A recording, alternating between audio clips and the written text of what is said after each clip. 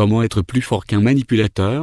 De nombreuses personnes utilisent la manipulation dans leur travail, leur vie personnelle afin de forcer une personne à effectuer certaines actions. Parfois, cela est bénéfique, mais dans la plupart des cas, le manipulateur agit dans son propre intérêt. Il est donc important de savoir reconnaître les techniques de manipulation afin de se protéger dans des situations désagréables. Les manipulateurs sont des vampires psychologiques. Ils piègent les autres dans une relation toxique et la ferment avant que la victime ne se rende compte qu'elle est piégée. Découvrez donc comment être plus fort qu'un manipulateur. Qu'est-ce que la manipulation?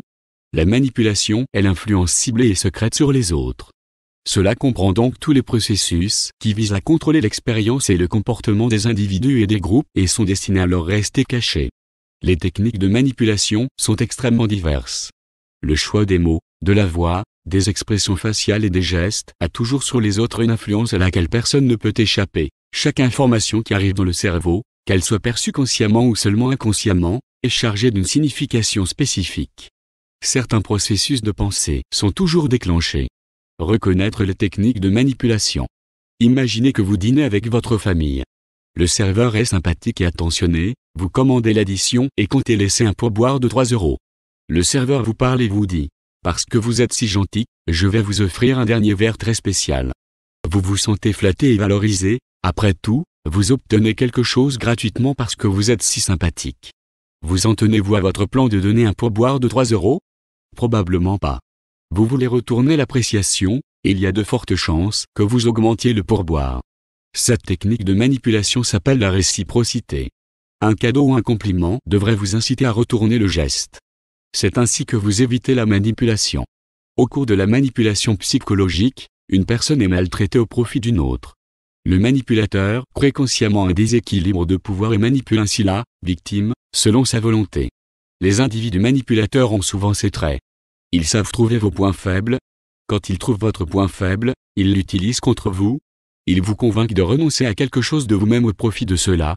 Qu'il s'agisse d'une situation professionnelle, sociale ou familiale, lorsqu'un manipulateur a abusé de vous avec succès, il répétera cela jusqu'à ce que vous arrêtiez la manipulation. Heureusement, il existe des moyens de faire face à un manipulateur. Vous trouverez ci-dessous des conseils qui peuvent vous aider dans certaines situations à ne pas être manipulé. Connaissez vos droits humains fondamentaux.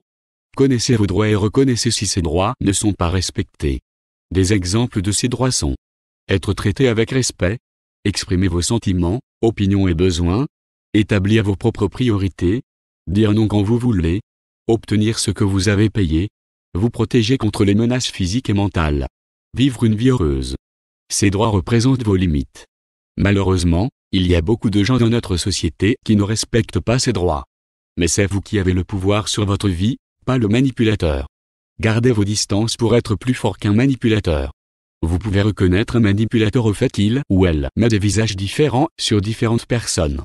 Alors que tout le monde le fait, les manipulateurs le poussent à l'extrême. Avec une personne, ils agissent de manière agressive ou arrogante et avec une autre, ils sont faibles et impuissants.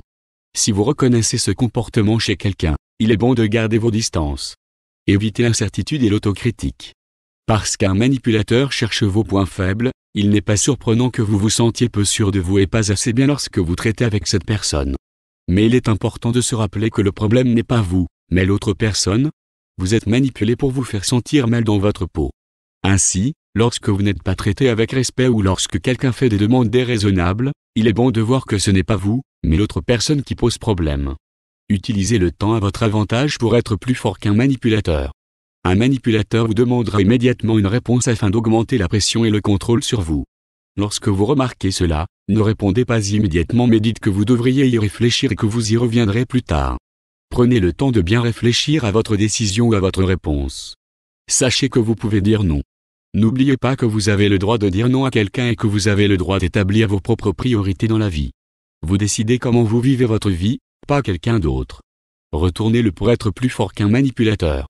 Les manipulateurs vous feront des demandes qui sont particulièrement bonnes pour les manipulateurs eux-mêmes. C'est pourquoi il est bon de ramener l'attention sur le manipulateur en posant des questions telles que « Pensez-vous que cela est raisonnable ? Pensez-vous que ce que vous me demandez maintenant est réaliste ? Ai-je aussi quelque chose à dire à ce sujet ? Est-ce ce que vous me demandez ça ou est-ce que vous me dites ça ? Mais à quoi cela me sert-il ? Vous vous attendez vraiment à ce que je fasse ça ? Lorsque vous posez ce genre de questions, vous tendez un miroir à l'autre personne. Lorsque le manipulateur prend conscience de son comportement, il se retire. Mais lorsque vous avez affaire à une personne aux tendances narcissiques, elle s'en tiendra à ses demandes. Mais ne vous laissez pas rebuter et ne vous laissez pas manipuler.